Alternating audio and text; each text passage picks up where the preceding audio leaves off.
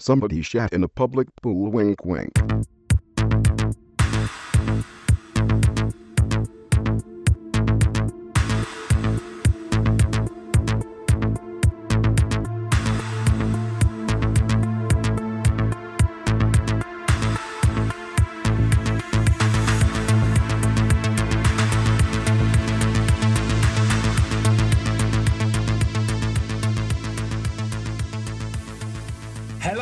Welcome to episode 107 of Chet and John's Reassuringly Finite Gaming Playlist. My name is Chet Rovers. With me, as usual, is John Denton. Hello. We're going to go through two top 10 lists. The 10 games we've been playing over the past 7 days. Number 10s are the games we've been playing the least. Number 1s are the games playing the most. That's it. Before I start, I want to apologise if the quality isn't very good. I'm in a hotel in the arse end of nowhere. And last week, we brought you the editor of PC Gamer, one of the most prestigious magazines in the world. This week, I'm probably going to have to stop about halfway through because I just ordered a pizza because the kitchen was shut in this hotel. So, always bringing the noise on Chet John's. Right, my number 10 then is Thief on the Xbox One. I hadn't finished Thief when I played it before, and I was like, do you know what? Maybe it wasn't that bad. Maybe it wasn't that boring. I'm going to go back to it and give it another run, and I lasted a matter of seconds, I'd say, and I could feel all the blood draining out of my body, and I was like, nah, this is just dull. That's a game that came and went like no other.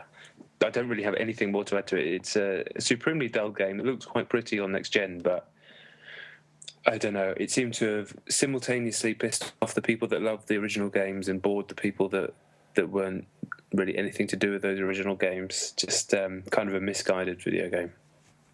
It's kind of annoying. Well, not annoying, but it's a shame because I remember seeing the E3 footage here and there and thinking it looked quite cool. So I was actually quite looking forward to that. It's not an awful game by any stretch, but it's just a bunch of stuff you've done before in far better games. Yeah, and it's just evaporated, hasn't it? I mean, nobody will be aware of its existence until a couple of weeks' time. I can't remember a game that came and went like that. Like especially one that I played a lot. But yeah, just a moment in time.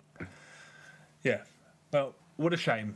Okay, my number 10 is a game called Play to Cure Genes in Space, which you spoke about weeks ago. I always intended to play it after you spoke about it. It's a shoot 'em up, and it was launched by Cancer Research UK, and I don't really understand it, obviously, but the maps, it's a little spaceship game, and the maps that you fly through are comprised of actual real DNA microarray data that hasn't been analysed yet, and apparently by playing it, you help to identify patterns in the data that might be able to highlight genetic faults that cause cancer, etc. Apparently, when you complete a level, the data goes straight from your handset to a research laboratory in Cambridge. So it sounds hokey as can be, but if it's even slightly helpful, I'll play it a few times. But the game, is Wang Chung. Yeah. I mean, before you start flying, there's a route mapping screen comes up, and it's like a sort of asteroid belt, and you can change the path, but what are you supposed to change it to? How do you? Yeah, bless it. You want to play it forever, but it's unplayable. Yeah, but what? The thing is, I only did it on guest mode. Did you sign up to get an account? I genuinely can't remember. Okay, I don't think so. I don't think I did. And nothing's explained. I mean, I just thought I'm plotting a route through these stars, and that's supposed to help something. But if I move it, is that helping anything? I don't get. Anyway, you fly through circles for a bit, shoot some rocks. It says harvesting complete, and then that's that. It's rubbish. What a shame. Yeah, real shame. Such a noble endeavour, and like you say, I hope it, even the small amount that I managed to play it, if it does even 1 nanogram of help, then I'm glad I did it. But yeah, it is unplayable, unfortunately. Yeah. Okay, my number 9 then is Lego the Movie, the video game. I downloaded the demo on Xbox One. To be fair, I played it for about 2 seconds. I don't really have anything to add to the discussion about the game, although it seemed of a very high quality. The reason I mentioned it is an excuse to tell you about what happened to me on the weekend, which we went to go and see the Lego the Movie for the second time with my little boy, and halfway through the movie, an announcement came up through the speakers of the screen saying you have to evacuate the cinema immediately due to unforeseen circumstances. So I thought it was going to be some either a fire or someone had shot someone. When you hear something like that, you immediately react. So I just grabbed the boy and legged it out of the cinema. The meal had to sit on a hill because in one of those leisure complexes, a place called Tower Park in if you happen to know which you went. And it turns out the chemical or chlorine pump in this nearby swimming pool had exploded and caused this huge chemical spill. And then they cordoned off all the car park. So I had to spend an entire Saturday afternoon with a 2-year-old and my wife in the car park of this fucking leisure complex while all the fire engines in Bournemouth came to try and sort out this chemical spill, and police and all these other people in like hazmat suits. And we just had to sit in a car park, and it was one of the worst days I've ever had in my life. It's one of those incidents that sounds extremely exciting if you read about it in the news, but it was fucking wank. So I now, I will never be able to separate the Lego movie or the Lego movie video game from this terrible and unpleasant day in my life. The worst people were the people that were in the swimming pool, because they had to immediately evacuate in their swimming trunks, and they were put in those silver wrapper things, and they were just outside in the fucking cold for hours. What a wank time. But yeah, the game seems good. It's very good. Because of how badly you explained it, I think you texted me while it was happening. I thought some kid had shat in the pool, and I thought that was a bit of an overreaction. Well, it was still an overreaction to what actually happened, which I think was a fairly inert gas leak. But they seemed very deadly serious about it at the time. And if you've ever been to Tower Park, which I'm sure maybe one person who's listened to this podcast has, it's quite a big complex. Like, the swimming pool is a good sort of almost a 5 to 10 minute walk away from some of the other stuff, and they evacuate the whole fucking thing. So yeah, they must have really thought it was serious. But I mean, maybe I'll like wake up in a week's time and I won't be able to breathe, and then it'll all been awful. But I'm sure it's absolutely fine. Dark. You could have said you grew a third arm or something. That's a much more upbeat way of looking at it. Yeah, I feel quite bad about saying that now. Okay, my number 9 then is Cristiano Ronaldo's Footy on iOS, which you mentioned last week, and I had to pick it up. It is quite alarming how shit it is. It's amazingly shit. It really is. The first thing you see is the picture of Ronaldo, and is that him? That's not him, is it? It's like a cartoon of him, isn't it? I don't know. It looked kind of photorealistic, and I wasn't sure. But I thought that looked like a celebrity lookalike or something. One of the first things that happens when you start the game is this little box comes up with Ronaldo next to it. It says, "Hey, basically, fuck tutorials. Get on the pitch. Enough of my yakking." And there's 2 options. It's like skip or continue. And I'm like, "Well, I mean, skip. You just said that we're skipping this part. I don't really understand." So I just click continue, and there's no music at all at first. It's just badly edited sound effects that sound like they've been cut out of something else. So they all end abruptly. The goal music is amazing. Do you remember the goal music? God, no, I don't really. Okay, well, I'll put it at the end of this podcast. The goal music during the tutorials is amazing. Let's just say it's a fanfare. Like you said, you walk slowly, you press one button, and yeah, it's fucking terrible. Actually, I put it down to have a sip of tea at one point, scored a goal. Menus layer on top of each other because it gets confused. It's just a real rickety load of bollocks. I don't know what's worse, though, because once the actual game proper starts, there's just a constant sort of bongo music going on that just keeps repeating, and I kind of preferred the silence with, like, weird sound effects. Anyway, I mean, it's alarmingly bad for a licensed game. For that license? Yeah. I mean, it's shocking. Yeah. Arguably the greatest footballer that ever lived, and that's the game he gets. I wonder if you walked into the developers' offices and be like, who developed this? And be like, no, don't know nothing about it. He was Facebooking and tweeting about it. He loves it. But he doesn't run that account, though. Of course he doesn't, no. Bizarre. Even like Ryan Giggs football and Michael Owen football were better than that. Much better. That's probably the worst football game ever. Yeah, it's shocking, really. Yeah. Okay, my number 8 is Tearaway, in fact, on PlayStation Vita. I've been travelling, so I've been on the Vita a bit this week. Just kind of stuck it on to have a little run around. Wasn't really playing it with any sort of agenda. But what a lovely game. I hadn't forgotten, but I'd kind of forgotten. Brilliant. Quite how lovely it was. When you take the time to just kind of walk slowly around the environment and you see how much care and attention has been put into every little atom of the world that they've managed to build. I'd love to know exactly how they built it. I wonder if there's any documentaries or something or anything on the behind the scenes, because I mean, I'd love to know what portion of it is actual papercraft. It's kind of been put into the game, what part of it is just their engine pretending to be paper. I'd like to see how it was made, because it really is quite a special game, and I don't think I'm quite ready to play through the whole thing again, because it's still a little bit too fresh, but I'm not deleting it anytime soon. I'll probably give it another 3 or 4 months and then go through it again properly. Maybe when my little chap's a bit older, he'll be able to enjoy it as well, sticking his face in the sun and whatnot. Yeah, actually, funnily enough, I had to delete it fairly recently because I didn't have enough space on my Vita. But I will, I'll download it again at some point. Because it's a bit of a meister, that one. Yeah. All right, I've got to go and get this pizza. Oh, good. Go do that. Yeah. All right. Back in a minute. All right. All right. Well, I mean, pizza out of 10. What would you give it? Oh, it's fine. It's like a solid 7. It's not solid 7. Yeah, it's not worth £14, but it's actually quite nice. Did you find the missing pepperoni pieces? Yeah, they're under the cheese. Unorthodox. All right. Okay, well, anyway, my number 8 is Just Cause 2 on the PC. Have you heard about this multiplayer mod that's come out for it? I think it has nothing to do with Square Enix. Someone actually bought this for me on Steam, one of our listeners, and I've only just remembered now you've just brought it up, and I always meant to say thank you. So whoever you were, thank you so much. I completely forgot that even happened. I still haven't had a chance to play it. Well, funnily enough, weirdly, I was in Germany last weekend at our friend Tom's house, and he got gifted it. So he's like, I'll download it and have a look. I don't know whether it's just this sort of fan-made multiplayer mod or it's the whole game or what, but we were playing the multiplayer mod. And it's basically Grand Theft Auto Online on a massive scale. The entirety of that massive map is open, and there are hundreds of players, each in one of 3 factions, and what looks like hundreds of different bases that you can capture to sort of gain control. I played it for probably about half an hour, 40 minutes, and then watched other people playing it for an hour plus.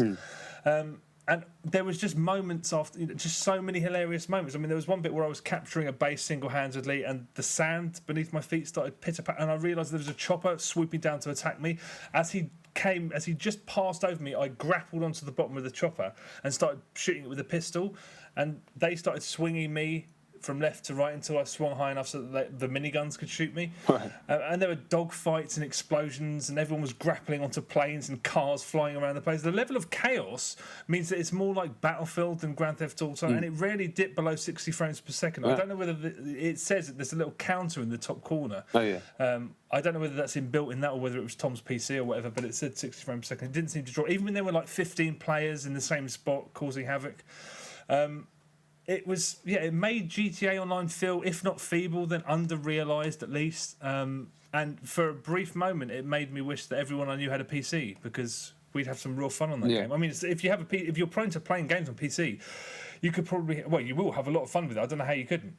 Yeah, all right. I'll definitely stick it on then. That does sound fun. I don't know whether they've packaged it with the official. I know that it wasn't made by Square Enix, the multiplayer, but I don't know. Figure it out, because it's worth a look for sure. Yeah. No, I'm glad you reminded me about that, in fact, because yes, I do want to play that. Okay, my number 7 then, a strange one, is My Girl, the video game. What? PC. What? No. Yeah.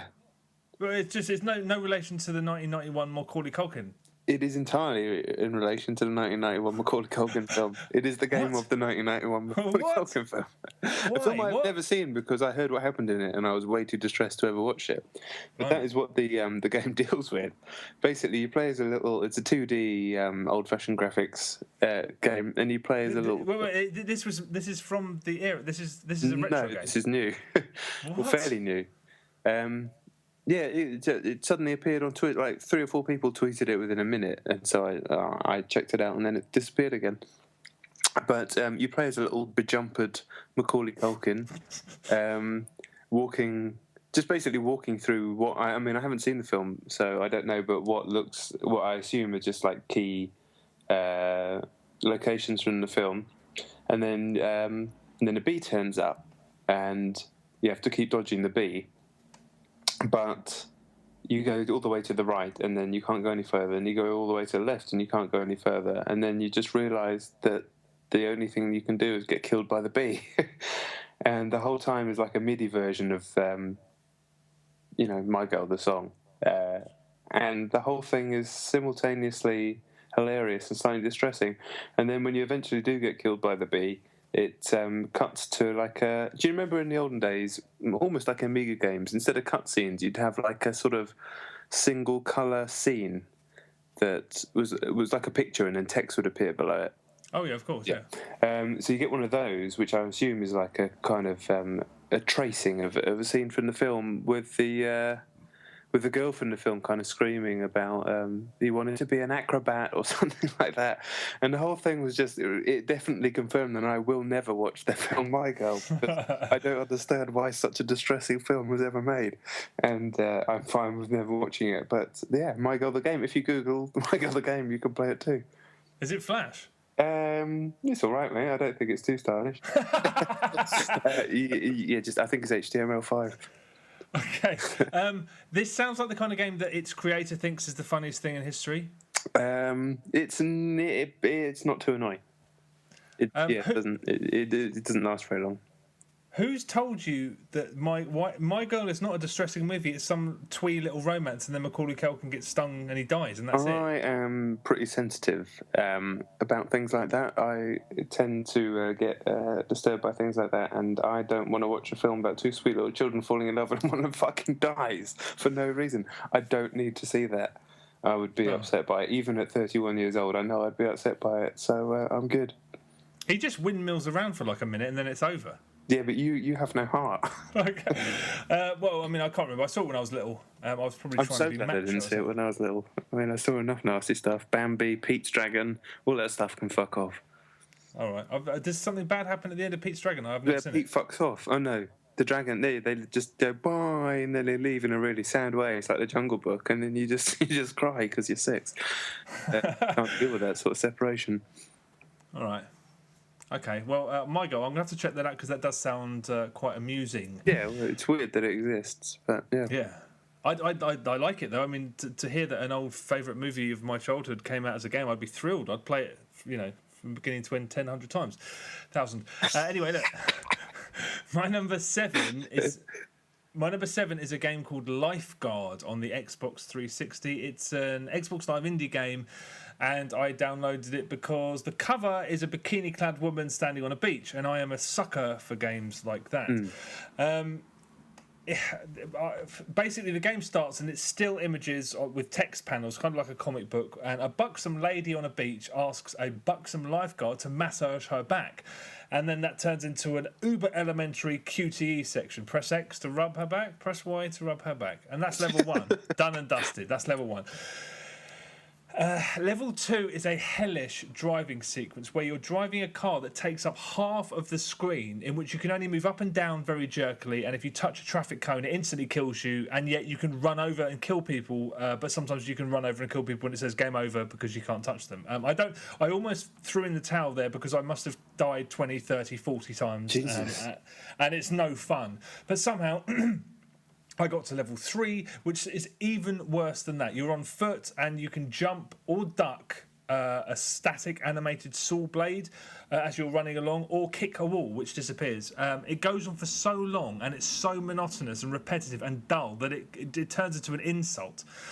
Somehow I got to the end of that level and I got to level 4, which is even worse than that, in which you're jerkily swimming from left to right and trying to avoid saws and sharks. It's hell. It's pure hell. I mean, I died another 20, 30 times, and that's where I threw in the towel. The game is, like I said, it feels like an insult. I mean, I've said this before and I will always say this.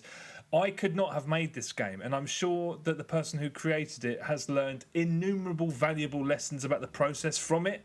But expecting people to pay you for it shows a lack of self-awareness that's almost psychotic. I can't believe somebody would put up and ask for money for this, which is just... It's an offensive doodle at best. It's just worthless. It is nothing more than an agonising waste of time, and I kind of hate the fact that I devoted 40 minutes plus of my life to it. But I hope the creator goes on to bigger and better things, because it's impossible not to go on from this and make something better, because it's awful. I don't have anything to say about that apart from the fact I like the fact you kept saying throw in the towel and the game about Lifeguard. But Oh yeah, that was intentional.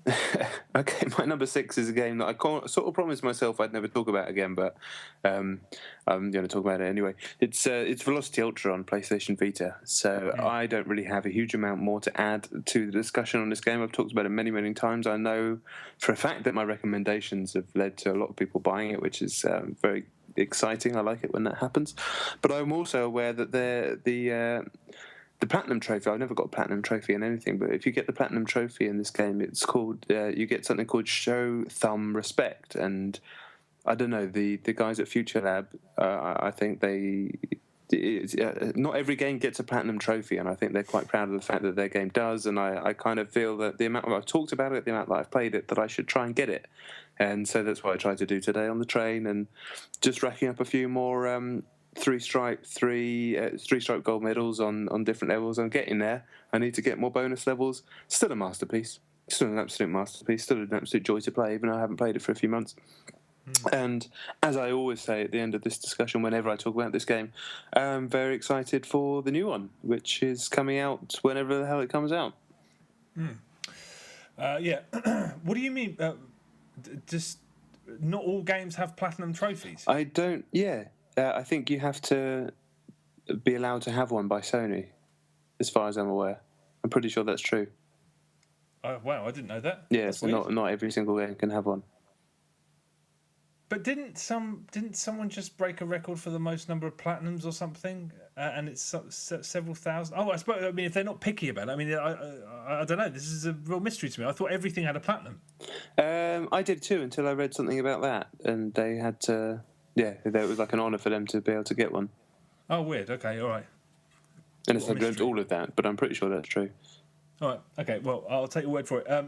I will probably start gunning for that platinum at some point when things calm down, which they won't ever calm down ever again. So I will play Velocity Ultra again, but whether I'll get the plat is another mat. Have you got any plats? No plats. No, I mean 0 plats. But yes. Okay, all right. Well, look, my number 6 is EA Sports presents the 2014 FIFA World Cup Brazil. Is that the title? Or FIFA 14 Brazil World Cup 2014 FIFA World Cup? I don't know. Whatever the hell they're calling it.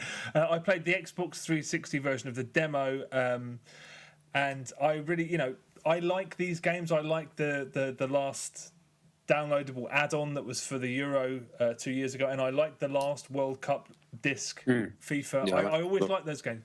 As someone who's not a massive fan, who's a fan of football games but not a fan of actual football, I really enjoy them because they make someone like me get really excited about it because they really nail the festival atmosphere of those tournaments. First off, I mean, it was quite a shock because I play FIFA 14 on Xbox One, so going back to the 360 was a big jump. The frame rate, the crowd animations, they was just, you could tell you were jumping backwards. And there's a hilarious overhead shot of the stadium in the demo. There's no detail on anything. Is this actually going to come out on next gen, or is it just 360 and PS3? 360 and PS3. Is it full price? Don't know. I actually don't know. I mean, a lot of people had a go at them, but I think the downloadable option was superior, although there was people missing from it, so I suppose they have to charge a certain amount. It's FIFA 14 again. The same mini games are in there, and I played 4 games, I think, and lob through balls and corners are still too cheap, both. Free kicks and throws seem to sort of happen a bit faster, and there's this completely ludicrous. It now cuts away to sort of news footage in the back of a pub, so you just see all these England fans with ridiculous. Done in engine. Yeah, I think so. Yeah. It will just cut away, and then there'll be like guys in massive Union Jack hats sitting in a pub looking at it on the TV. That's hilarious. It's pretty funny, but the game, I mean, it's you can never tell. The problem with football games, the problem with sports games, or any games that are as complex as something like this, is that you never really know what the differences are until playing them for a very long time. So at this point, I don't know. It feels like FIFA 14 are slightly faster. Everything else seems more or less the same. But then again, you can't tell that much after 4 or 5 games. Incidentally, how old is England's manager? Pretty damn old. Yeah, pushing 70. I was going to say he's always looked old when I've seen him because there's an animation of him running onto the pitch and going and jumping up with his fist in the air. I thought he was like 90 years old. How does he do that? So yeah, I'll play the full version and hopefully it's another sort of incremental step up. But it's okay if very similar to 14. I just wish it was on next gen, really. Me too. That's a very strange decision, but I suppose they want to make the first proper next gen debut a bit special, I guess. Yeah, there was a reason that they gave, and it sounded alright, but I've forgotten what it is. Okay, my number 5 then is more PlayStation Vita. It's TXK on PlayStation Vita. Again, I'd forgotten it existed. It was one of those games that I fell in love with for about 2 weeks, and then forgot it existed, and then found it again today, and once again really enjoy it. It's not quite taken over my world in the same way that I thought it would do when I first put it on. I thought it was going to be another Velocity that I was just going to be absolutely glued to this for until the duration. But it's not quite happened like that. But I still do really enjoy it. I love the music. I love the style of the game.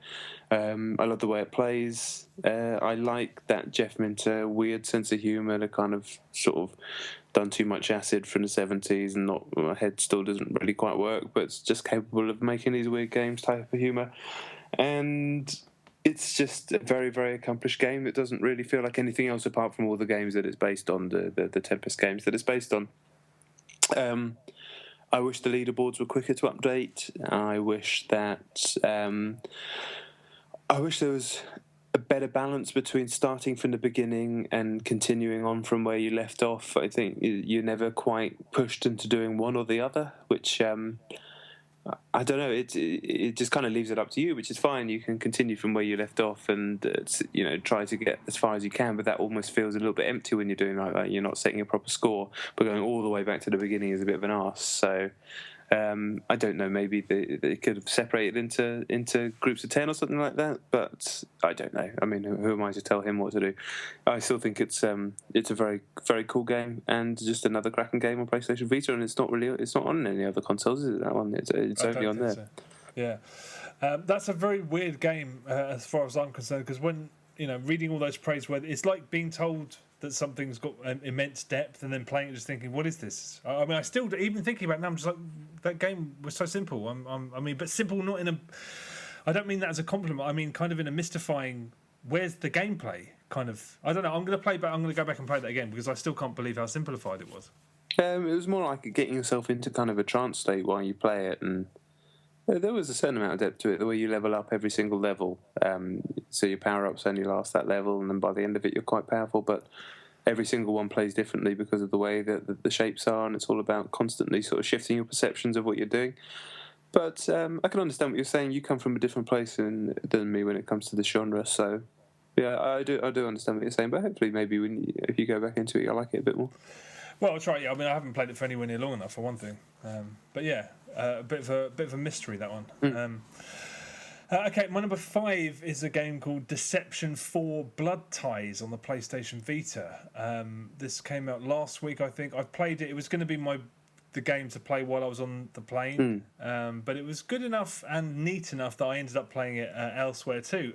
Have you heard of this? No, it's a Japanese series. Apparently there's some confusion because this is called Deception 4, but it's actually the 5th installment or something. I don't know. I'd never heard of this series either. It's a third person action game, and but aside from that, what you do is you press circle on the Vita and think of Advance Wars Fire Emblem layout panels on the ground, and what you do is set up and trigger traps for your enemies. It's got the same sort of superfluous story with talking heads. It's completely unnecessary, and it's all about combos. So what you do is it moves in real time. Enemies move through the environment, and what you can do is, for example, you can use a bear trap. Trap them in that, drop a pumpkin on their head so they stumble blindly somewhere, and they walk onto a catapult that flings them into a pillar, and then a spike wall will shoot out, and then you can drop a boulder that rolls down some stairs and hits them. So it's all about comboing all of these different traps together. And there's also environmental traps that are usually knights, so you can drop something on a switch and then the sword will come down, or they can be running around on a chariot. There's loads of different things. You can even send enemies flying into capture traps like bird cages for a massive point bonus at the end of a combo. When it works, it's amazingly cool. I was looking at it thinking, I don't know why this hasn't been localized a bit more shrewdly. I don't know why it's not a series I'd heard of.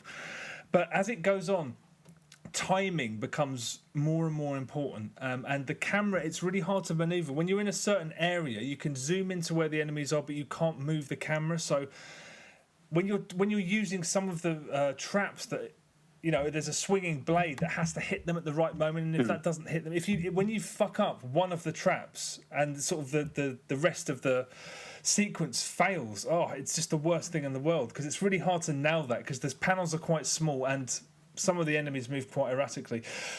Aside from, there's just numerous frustrations in it. The world moves during the tutorials as well. So even if a text box comes up that's telling you something, especially during the tutorials, obviously, the environmental traps can just smash the hell out of you while you're reading these tutorials. And then if you die, you have to go all the way back, because it auto saves very infrequently, and you can't manually save. I remember doing a part of the tutorial that kept happening to me, and then I had to go back 10 minutes to do 10 minutes of tutorial again.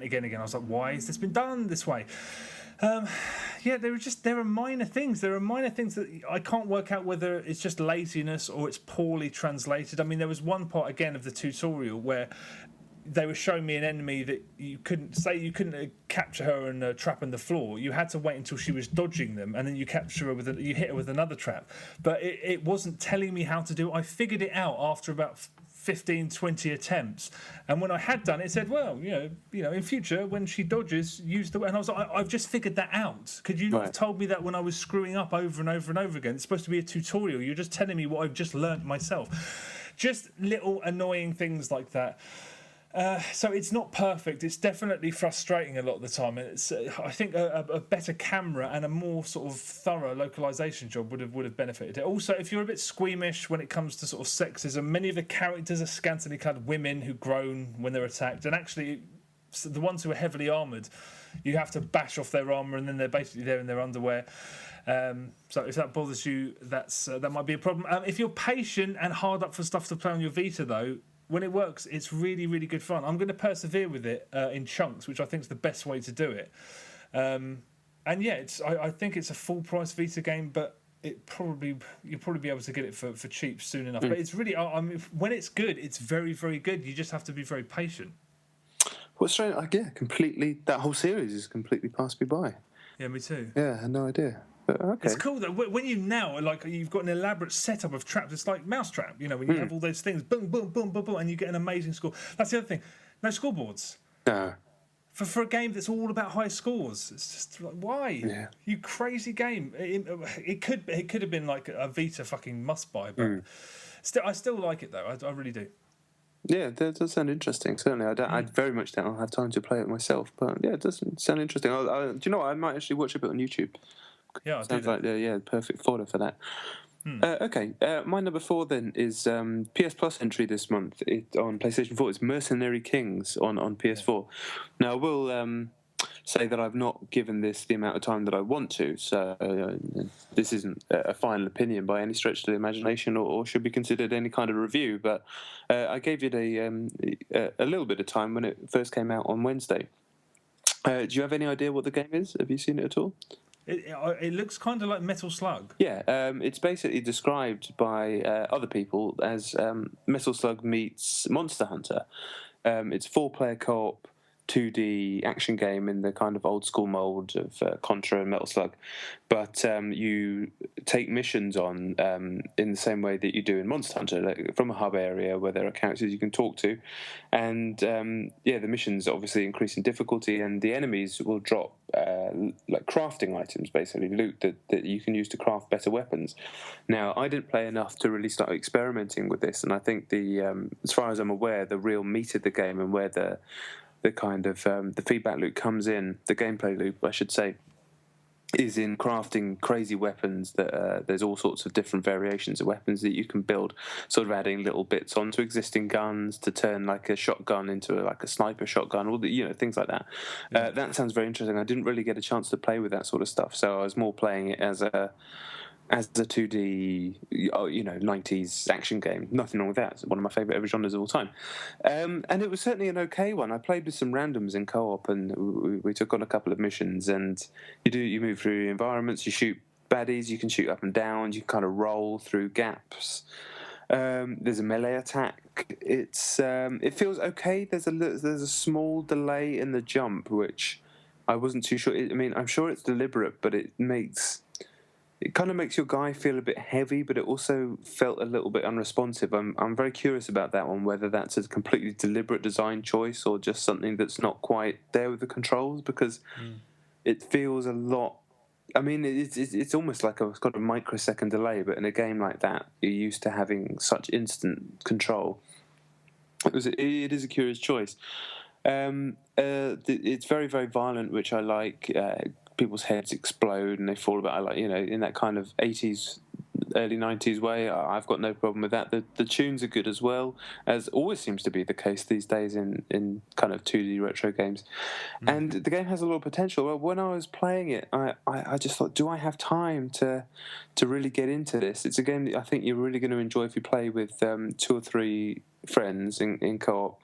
Playing with randoms didn't do much. You can communicate with text to randoms, but I think probably having more than one random in your party would be almost counterproductive because you share lives. But yeah, I mean, it seems like a very cool game. Another good freebie, definitely, on PS Plus for PS4. I know some people are complaining that they're not getting the big games yet on PS4, but the machine just hasn't been out long enough. They can't justify giving away the launch games just yet. I'm sure that'll happen fairly soon. But I think it's a good freebie. I'm going to play it some more, but it just felt like it's almost a little bit too deep for me to have the time to play it, which is not the game's fault in any way, shape or form, but it's just the circumstance I find myself in. It didn't grab me in a way where I'm like, okay, I'm going to cast other stuff aside. It's more just going to sit there as a bit of a footnote. Oh, maybe I should go back to Mercenary Kings, but that's probably a little unfair on the game. I'd be interested to see what you think of it when you play it. Oh, definitely. I mean, I thought it was just 2-player co-op. It's 4, is it? Yeah. Can you look it so it's just 2? Can you have a private game? I'm sure you can. I just opened my game up to the public so people could jump in. But I think, you can do invite only, so you just invite one person. Okay, cool. Yeah, no, I mean, I saw screens and I was like, wicked, that looks like a really cool freebie. I take it it's not cross-platform with Vita, is it? No, it's just on PS4. Okay, all right, well, that's fine. No, I'll definitely I'll play that before we do the next episode. Yeah, it's a game that's been in early access for ages on PC, so I know some people have played it for a while and seen the game grow, and now it's in its final form. So, yeah, I mean, it's definitely very, very cool, but it didn't absolutely grab me and make me feel like I need to play this above everything else. All right, well, yeah, I've downloaded it and I'll smash it over the weekend, possibly.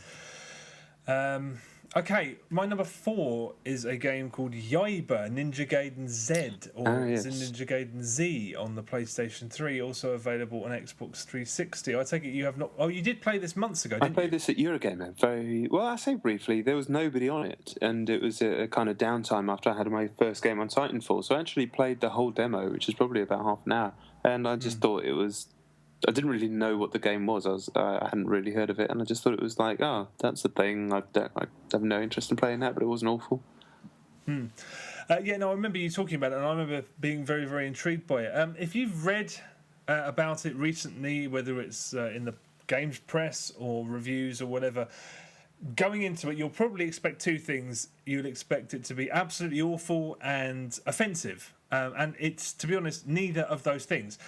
The story is just fucking rubbish. You're this dead, degenerate scumbag who gets killed by Hayabusa at the beginning and is a half cyborg, half zombie. I mean, it's just rubbish. The combat is really derivative. I mean, X is dash, triangle's punch, square is sword, circle is a sort of God of War flail type wide-ranging move. It's very much a God of War move. L1 is Ninja Vision, which is sort of everything goes infrared to highlight points of interest and ways out. Yeah, I mean, like every game these days.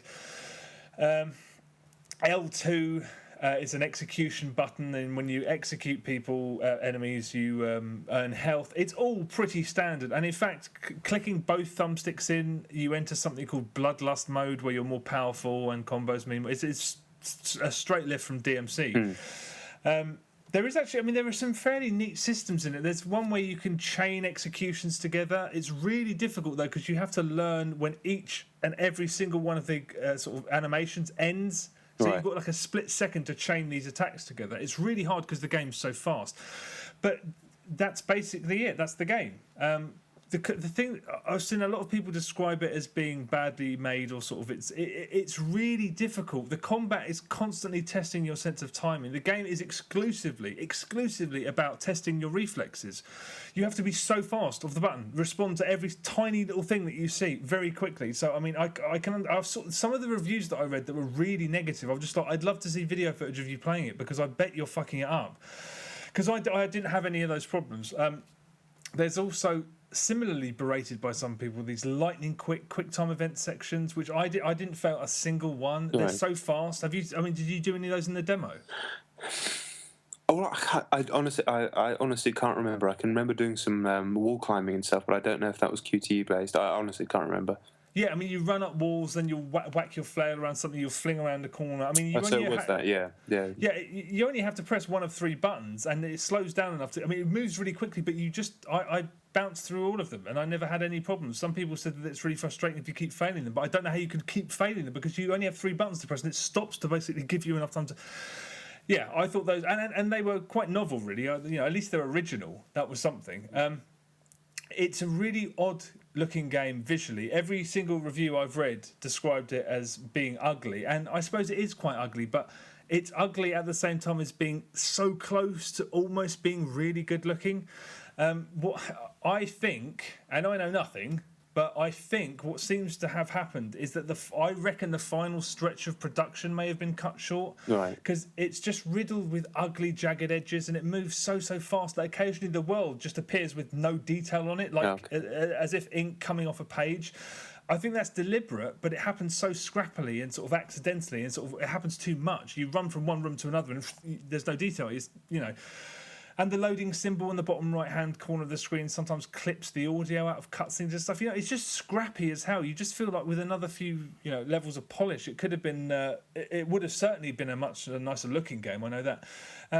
It's rickety. It's shamelessly difficult, but I don't hate it in the slightest. I mean, it definitely gets repetitive, and it way too often does that maddening thing where why fight 30 enemies in this area when you can fight 300? Overkill. It does that a few too many times. The camera is quite bad, but not as bad as I've seen some people make out. It never really bothered. I mean, sometimes you're just too far away and you can't really see what you're doing. But yeah, there is a market for games like this. I mean, hell, if I had the time, and ideally if I was 10 years younger, I'd be playing this. I mean, I think Tecmo's mental to put this out at full price and on a disc on old hardware when the new consoles are starting to heat up. A downloadable game, half the price. I think they'd probably be laughing all the way to the back. Well, not quite. This is always going to be a cult game, but it's perfectly passable. I mean, it's scrappy and it's. I don't hate it anywhere near as much as everybody else. I think there is an audience for it, and hopefully they find it. Yeah. That's very interesting to hear, because obviously it's probably the most high-profile savaging I've seen in the game for a long time, really. 2s out of 10 and things like that.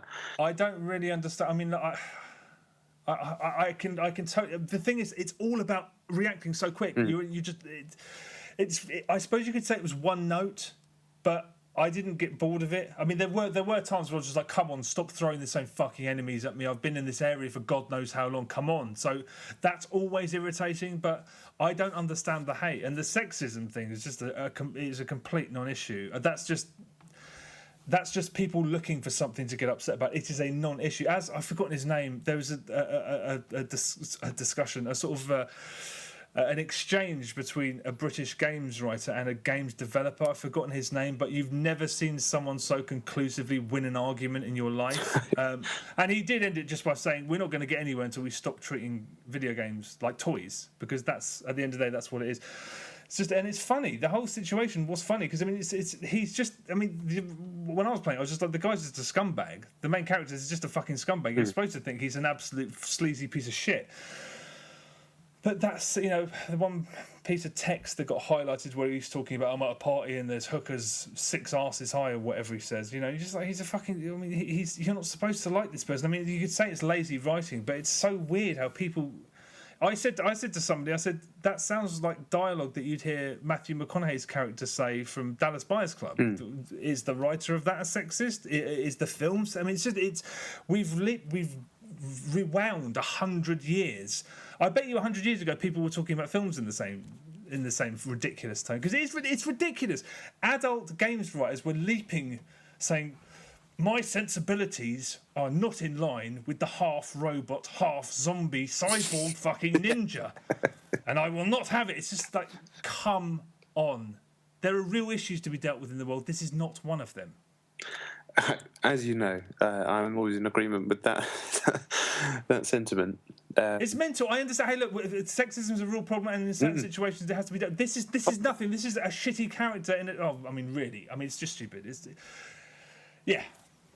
Yes, and time wasted spent. I mean, time wasted worrying about that is time much better spent trying to concentrate on something more worthwhile if you're in the mood to fight battles and whatnot. Yeah. Yeah. My number 3, speaking of is Luftrausers, but this time on PlayStation Vita. I did buy it on PlayStation Vita like I promised I would, and it's the best version. Well, I haven't played it on PlayStation 3, but it's better than the PC version. It is destined for that console. That's where it should be. It's marvellous on that machine. It's exactly the same, except you can also thrust on the shoulder buttons, which gives you a level of control that I didn't really feel like I had on PC, even though that might have actually been an option on PC, thinking about it. But I read about it. Someone mentioned it on Twitter, as always, and I played it pretty much straight off the bat on Vita like that. It's massively benefits from a smaller visual playing area than trying to play it on a giant TV for me.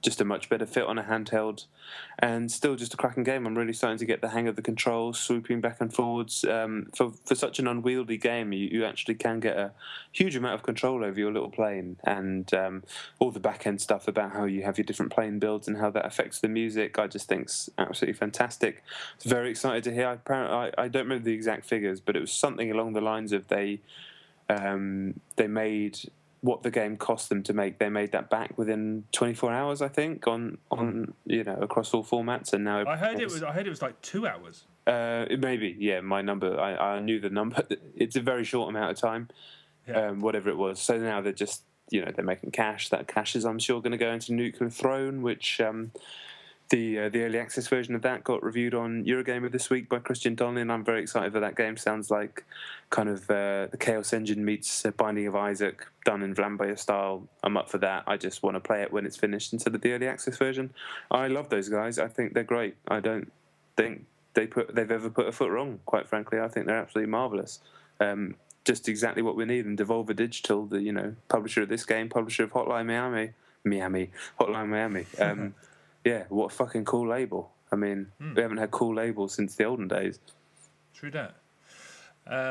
Luftrausers, I'm dying to play it. I got sent a Vita code that was dead, it didn't work, and I haven't had a replacement come through yet, but I'm probably going to give up waiting and just pick it up because I'm interested. Yeah, I think it's $7.50 on Vita, which isn't cheap, but it's definitely worth it. The eternal problem with the PlayStation Vita, though, is that it's probably going to turn up on PlayStation Plus, and I'm broke. Yeah, it probably will in 4 to 6 months. Yeah, Hotline Miami's on there now. I apologise if you can hear a loud hissing noise. Someone in another room, I think, is having a shower, so apologies on that one.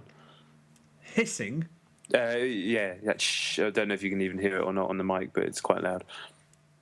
I can't hear it. Maybe it's being picked up. I can't hear it.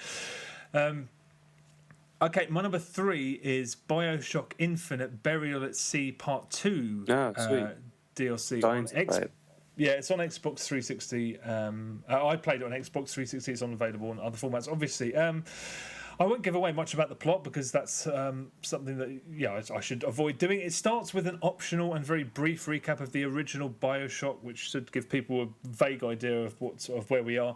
The opening is brilliant and really sets the tone because once again it sort of flits between being this gorgeous and slightly off-kilter dreamscape and then stuff that's flat out nightmarish.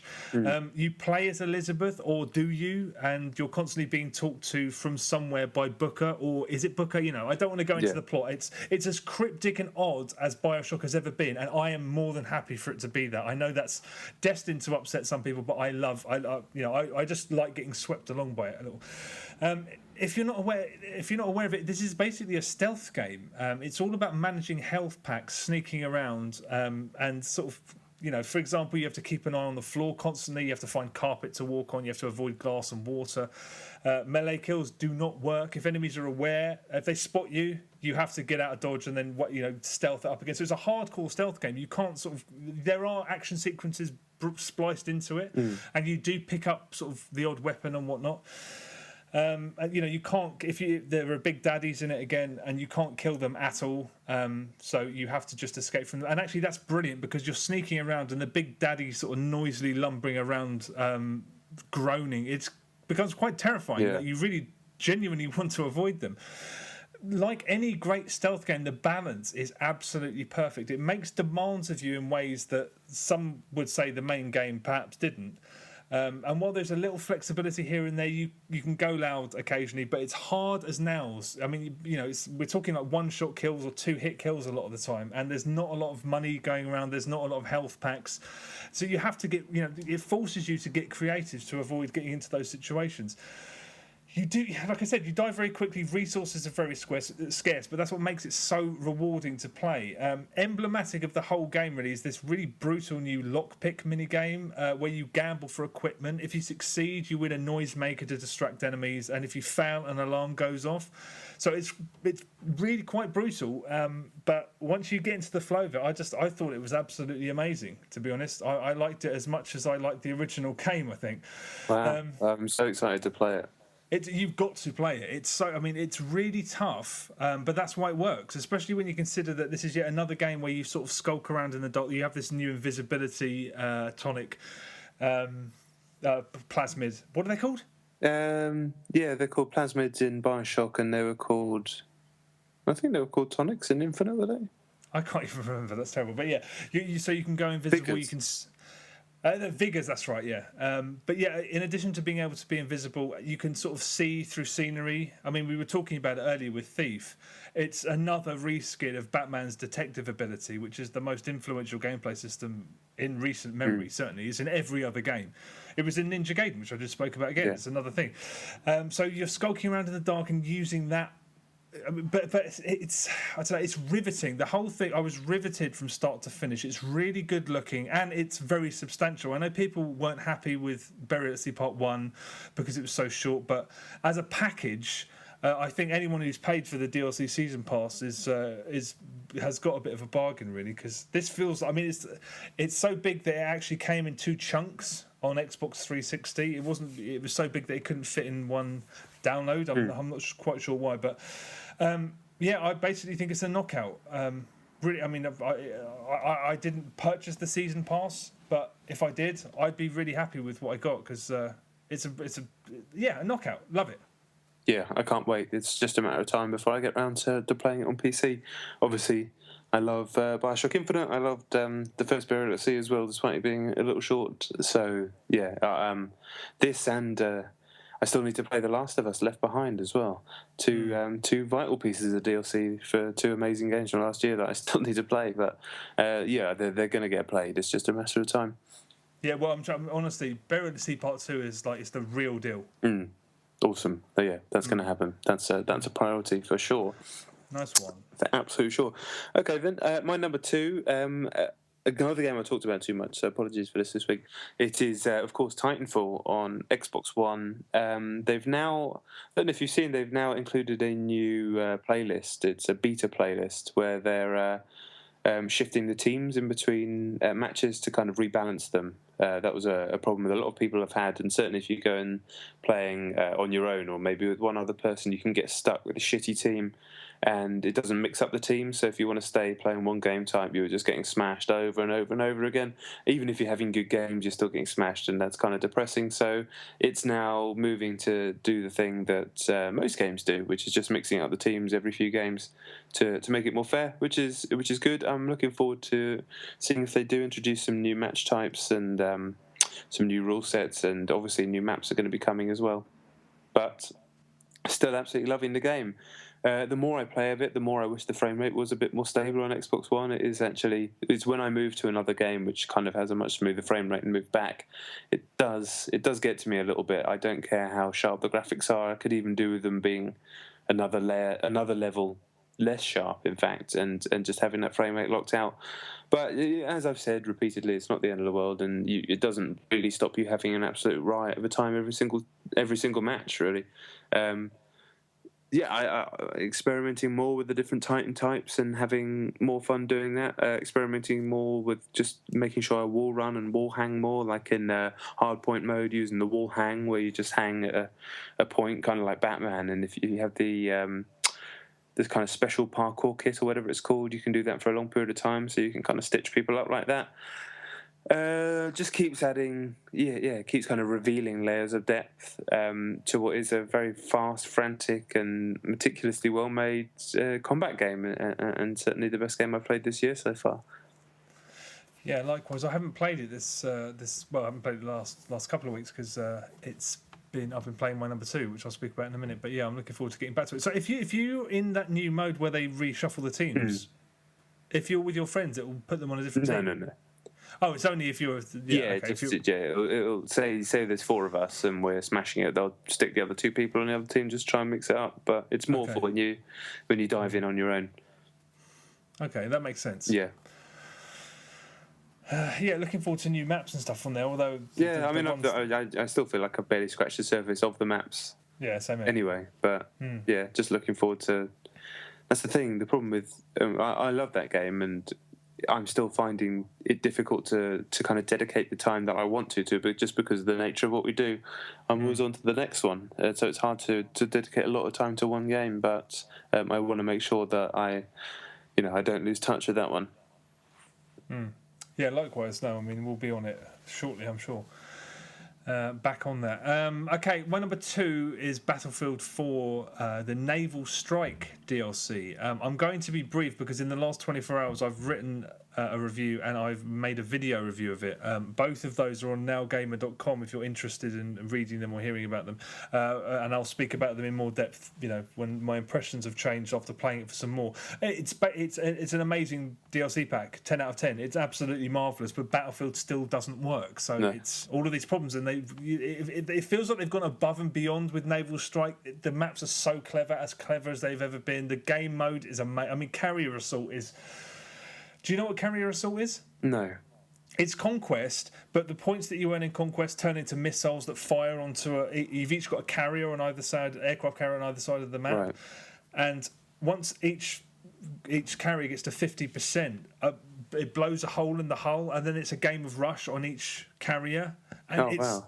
Do you defend your own? Do you go and attack theirs? Yeah. Do you keep capturing objectives in the middle to try and keep firing missiles so it gets it down to 0%? It's brilliant. The chaos, the hectic. I mean, it's a brilliant mode, and the maps are just fantastic. I mean, I won't go on. I mean, if you're interested, check those that stuff out. But I'll talk about it more in the future when I've played it some more.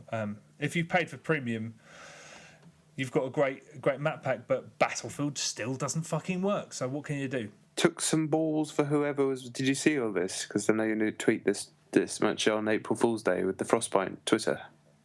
No, what? Frostbite Twitter started doing April Fools about Nintendo and the Wii U. About 4 or 5 kind of harsh tweets. I mean, they were just jokes, but stuff about Half-Life 3 coming out on Frostbite exclusively on Wii U. Just kind of the kind of gags that Games Journo might make if they were just wanting to be that type of person, but coming from an official source like that, it was quite something. And then about 6 to 8 hours later, Peter Moore came out and apologised on behalf of Frostbite and said it was stupid and the whole thing. I mean, it kicked off some fucking fuss on Twitter with people getting defensive, but yeah, no, that's no surprise. They were jokes. The first one was quite funny, but then they kept doing it, and it was just like, all right. But the thing is, you don't have a fucking leg to stand on because your game doesn't work properly. So don't start calling anybody else out until you fix your game. That's kind of irrespective of how funny the jokes were because you don't have a fucking leg to stand on. Yeah. That's some people say, well, all Nintendo need to do is say something like, well, just we don't want inferior products like Frostbite on our system. We want games that work. and that's all they need to say in retort, which is completely true. Although, of course, they would never stoop that low. But I mean, the whole thing just probably came from some misguided community manager in Dice's Sweden. He's probably about 23 years old, and he's just making some jokes, probably just to appeal to his mates. I'm just speculating, of course, but that's what it read like. And the whole thing, hopefully, hasn't lost his job because he just made a mistake. But just daftness all around, really. But yeah, fix the fucking game. Well, they can't. I'm pretty sure they can't. They never will. They never will. They didn't fix Battlefield 3, so fuck it. Is it me? Yeah. Numero uno, more infamous Second Son on PlayStation 4. God damn, that is a good looking game, and it is a game that gets better the more you play it. The first few hours are a little dry. It's quite fitting, seeing the power you have is smoke. But as soon as you pick up the neon power, about 2 to 3 hours into the game, it really just starts to pick up. One of the joys of the Infamous series has always been how you get around the world. The world themselves, and definitely is the case in Seattle, as good as it looks, is still a bit dry, a bit empty, a bit lifeless. There are people going around the street, but you can't really hear them unless they happen to be talking directly to you. The cars don't make a lot of noises, though. I mean, I remember talking about that time I walked down that random street in GTA 5 and just everything that happened and all the noises and the church bell going off. It was amazing. And you see, when you do an equivalent thing in Infamous, just how good it is in GTA 5, because in Infamous is kind of dead. But the joy of those games is in moving around those environments. And at first, when you have the smoke power, moving around kind of sucks because you can't really get up the buildings unless you happen to find a little vent to swoosh through and appear at the top. But once you get neon, you can sprint up buildings prototype style, but it just looks amazing. And then the power you get after that is a brilliant power. It's the power of video, which allows you to turn into this kind of video angel and fly about and do some really cool stuff, like turn yourself invisible into pixels. Just really creative in terms of certainly the visual style of it. When it comes to the combat, most of the powers are actually the same, give or take a few little wrinkles here and there, but just in terms of the kind of creativity of how they've made these things look and how they feel when you're moving about, they're really quite something. And the more options you have as you level up and as you collect the shards around the world, which are like the Crackdown orbs, although they're not as involving as that, but they allow you to level up and buy new abilities and skill trees and whatnot. The better your Delsin gets, the better the game gets. The more options you have in combat, the more enjoyable it is. And it's still very frantic. Still a lot of the time, if you get to low health, you're sprinting around and trying to get to cover and stuff. And it doesn't have the depth of a truly great combat game, but it never really dips below being fun. Apart from there's some boss battles that I've played, and I actually streamed one yesterday, I think it was. And you and Dave were winding me up in the stream. That boss battle was pretty shit, but it wasn't too hard, so I kind of got through it and got back into the world. And whenever you're in the world, it's a lot of fun. You go through the missions. They're mainly stuff that you've done before in other open world games, but they never outstay their welcome. They're like chase a thing, find a thing, shoot the baddies. Nothing particularly offensive, nothing particularly original. And then on the way, you do side missions in each different area of Seattle, which when you complete them, there's stuff like spray painting certain parts of the world, stuff like finding audio logs, stuff like finding hidden cameras, all done very well, and all you can feel like you're doing them on the way to a mission. They don't kind of interrupt proceedings. You can get them done quite quickly, and as you do them, they lower the percentage of control the enemy forces, which is called the DUP or the dupes, have in the area. Then you're basically trying to clear out all the areas, similar to how you did in clearing out the gangs in the earlier games, but takes way less time and is way less tedious, to be honest, because that stuff really got boring after a while. You feel like you could quite easily 100% this game and you wouldn't get bored, and that's probably the best thing about it. It's not a classic. There are things wrong with it. Nothing really elevates itself to the level of brilliance, but it looks so good that you forgive it a lot anyway, and it never really dips below being fun and amiable and affable. And just a very, very good, solid, exclusive game, and pretty much exactly what PS4 needed at this time. How long is it, do you know? Not long at all. I feel like I'm getting towards the end of the story, so I'm doing more and more side stuff, but I reckon if you just did mainline the story, you could probably do it in 5-6 hours. Wow. Yeah. It's a short, sort of very pretty game, but I think there's definitely replay value there as well to do. I'm doing it as a goodie, but if you were in a position where you just had a PS4 and this is the only game out for a while, I don't think you'd have a huge problem in doing it all again as Evil. I think there'd be some significant gameplay differences. Well, I can't wait to get stuck into it, so I'll speak about it next time. But yeah, I'm looking forward to playing that quite a bit. It's a very handsome video game. I still haven't seen it. And when I was watching that stream, I think it was on my phone, so it was just a blur. That was kind of a shitty bit as well, because that was like an instance boss battle in a weird area that it looked fine, but it didn't look as good as the game can look. Well, I'm looking forward to booting that up. I haven't turned my PlayStation on for a little while, so yeah, I'll speak about that next time. Sweet. Okay. My number one then is Mario Kart 8 on the Nintendo Wii U. I played this a few weeks ago, and all the reviews came out this morning, and I was quite relieved to see them because they were all positive. And I'm glad. I haven't previewed a racing game in ages, and I still feel burned by Need for Speed: The Run, because I played that at a preview event like 8-10 weeks before it launched. And I was like, oh, so that's an interesting sort of Guy Ritchie rip-off story, and like they're doing some interesting things with the customizer. There was nothing good about Need for Speed: The Run. So I've spoken before about how I think previews are a problematic thing anyway, but I was glad to see that everyone was unanimously really digging it. And first of all, it looks absolutely amazing. I mean, it really did knock my fucking socks off visually. It may, again, people have said it since day one, but I mean, you've said it. You said it the other week about Donkey Kong. Nintendo working on their own hardware can do things that nobody else can. Yeah, for sure. And I think it's far closer than I realised to the situation with the GameCube, the PS4, the Xbox, and the PS2, where everyone was like, "This one's more powerful. This one's more powerful," but the Xbox couldn't run Wave Race, for example. There's certain things that certain machines could do. And I was looking at the first track on Mario Kart 8, and I was like, I can't believe how good looking it is. The first track is called, what's it called? Mario. It's basically in a sort of nighttime Olympic stadium, and there's gigantic screens showing all the action on it.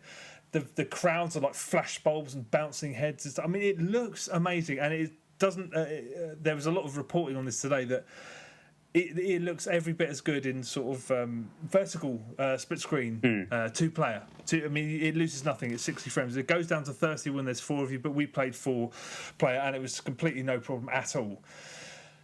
So it's an absolutely stunning looking game. The most important thing is that it's a racing game again. I don't know why, because Mario Kart Wii is the biggest selling Mario Kart in ages. So why Nintendo aren't trying to replicate that success is quite weird, because when they've gone after sort of hardcore people, as they did with Mario Kart 3D World, they didn't sell 33 million like they did with Mario Kart Wii. So I was expecting it to be another party game rather than a racing game, and it's not. In fact, the whole time we were playing it, we were trying to test sort of the boundaries. So whenever I'd get knocked down a few places, I'd go back into 12th and sort of start trying to see if I could earn myself like a golden mushroom or a blue shell. Nana sometimes. But those free gifts, what are you, presents? Presents, free gifts? I don't know. I never know what to call them. They're truly random, and that does make things feel more fair and not less. People can get a lightning. I mean, I don't think it's quite drastic enough that you could get a lightning or something when you're in first or second, but it does feel genuinely random. Also, stuff like stars don't last very long, like invincible stars. It seems like they last sort of half as long. Golden mushrooms don't last very long at all. It just feels, just in general, that the weapons they're not that much of a benefit anymore. Similarly, like boosting, like if you're doing so what's it called? What the fuck is it called? Got the snaking? No, you definitely can't do that anymore. What's it called? I can't believe I can't think of the fucking word. When you're behind someone and you're drifting. No, not drifting. Slipstreaming. Slipstreaming, yeah. Slipstreaming. Yeah. Yeah, because in Mario Kart, in all of them really, you can get a fairly decent speed boost by sort of slipstreaming behind someone. Now you have to basically tailgate, and it's the smallest boost you can get. Another thing I noticed is that shortcuts aren't particularly well hidden. They're kind of just there. So rather than, in Mario Kart, which one was it? The last Wii one, 7, of course, the 3DS. Sorry. there were a couple of really sly shortcuts which you sort of had to be in the know to find, which again was at a detriment to the race if you just weren't aware of them. So it's again, everything about this feels to me like they're really going back to it being a racing game more than anything else. The anti-grav walls are really interesting because a lot of the time they're not shortcuts; they're just ways to avoid. What's that really busy track from the N64 version? What, with the cars on? Yeah, one of the hardest ones ever. The classic, the first one. Yeah, when you're on the motorway. Yeah, I hate that track. But yeah, I love that track. They've remade it for this, and so you can sort of drive on the walls to try and avoid stuff, but it often takes longer. It's just a way of avoiding the hectic traffic. Have you played this? Didn't you play this at Eurogamer? Mario Kart? Yeah. No, I haven't played it. No. Oh, okay. Well, it's so difficult to know what to say. I mean, there's 2 new power-ups. There's this sort of bonnet-based piranha plant which munches people as you go past and collects coins. You can have a boomerang, which I kept testing it. It seems like basically 3 green shells because it comes back to you twice. Right. Occasionally it seemed to sort of home in. Occasionally it just seemed to go straight. I couldn't really get a grasp on whether that was whether it was a homing device or not, or how that worked. The recycle courses are great. There's one that's just I think it was Mario Circuit from the GBA version from Super Circuit. It snaps in half and folds. It's like the Inception building. It just folds in just for the fuck of it. It's one of those games where they've just done shit just to make it look nice. The Donut Plains 3, I think it was, on the SNES. Those little beavers that used to pop out. Now that you can see them underground and they create sort of tricks, so you can trick off the trails that they leave. Oh, right. And I think it was Mario Raceway or Royal Raceway from the N64, one of the last tracks, I think. I mean, if you played the N64, it was a really good track, but that might be the best looking track in the game because they've got these pink peach trees alongside by the finish line, and it just creates confetti. I mean, the game looks absolutely amazing, and I am starting to think that the other consoles couldn't do it because it looks rich in a completely different way. And for the first high definition Mario Kart, it does not disappoint in the slightest. I mean, it looks great. I mean, people may sort of quibble about the fact that the Wii U gamepad's not really used. When you look at it, you've got that sort of, each one's got a branded horn, and every time you press the horn, everyone else near you sort of jumps, which is quite funny. There's a minuscule real-time version of what you're looking at on the TV, and then there's a bird's eye view of the track, and at the bottom there's a button that you can touch instantaneously to turn it into sort of tilt controls. But the game moves so, I mean, it's not an ultra fast-paced racing game, but it moves quickly enough that apart from the horn, there's no use. You don't need to look at the gamepad at all.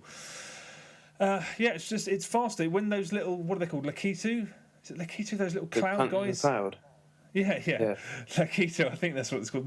They fish you out almost instantly now, so you're not sort of, you don't have to wait like 5-10 seconds like it was back in the day. Okay. I don't know. It's just, I think that they really may have nailed it this time. It might be that sort of hardcore, completely I mean, because the 3D, the handheld ones never lost it. Super Circuit was amazing. The DS one was potentially my favourite one ever, I think, thinking back. And the 3DS one, again, was absolutely superb. It's only really the console ones, the sort of very, very slow, but very enjoyable Double Dash and Mario Kart. I like both of those 2 games, but they were party games rather than racing games. And I think they've gone back to it being a racing game more than anything. And I hope it pays off for them, because sort of chasing hardcore gamers is the wrong term. I don't know. I just, you'd think that they'd be trying to replicate the success of Mario Kart Wii, and the fact that they haven't speaks volumes about what they're doing at the moment. And it was a joy to play it, and I can't wait to play it again. I hope that it inspires more people to pick up the Wii U, because I'm multiplayers. There were also a couple of things that I'm not allowed to talk about that I saw that are really, really intriguing and potentially massive, but. I don't know. It's about as good as I can imagine a Mario Kart being on home console. When's it out? End of May, 30th of May, I think. Okay. I mean, so I actually watched some of the footage that has come out in the last 2 days, and it looks absolutely amazing. You're right. I mean, amazing. As good as the stuff on the next gen consoles, it seemed in those videos. Exactly. That's when I was sitting there. I was just thinking, I'm not even convinced that the new consoles could run this. But it loses nothing. Watching the vertically split 2-player, it just looks impossibly good. And it's going to have, I hope, 2-player online. So I'm really looking forward to it.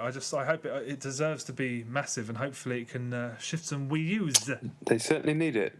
They do. They certainly do. All right. Well, that's it, isn't it? Yeah. Fantastic. Once again, apologies if the quality's kind of shitty on my end. I am in a hotel room in the middle of fucking nowhere. But thank you very much for listening. As always, check out the Twitter at John Denton, at Chet Roivas, at Chet and Johns.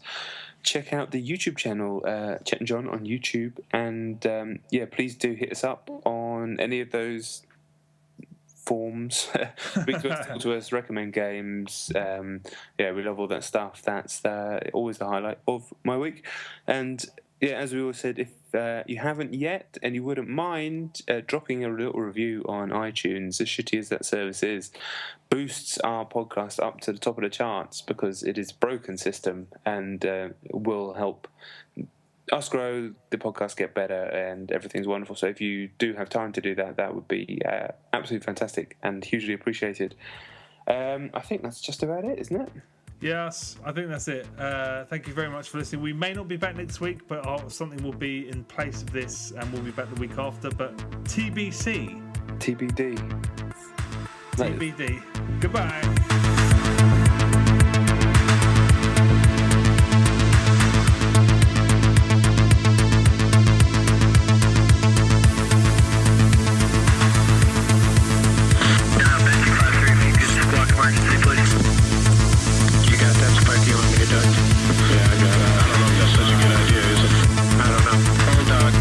Is that a good idea right where we're at? Okay, now you've got fire coming out of your engine. Looks like it's falling. What's falling? Well, it looks like you got sparks and shit coming out of your engine now. Okay. Bulldog? Okay, I'm having a more serious problem now, okay?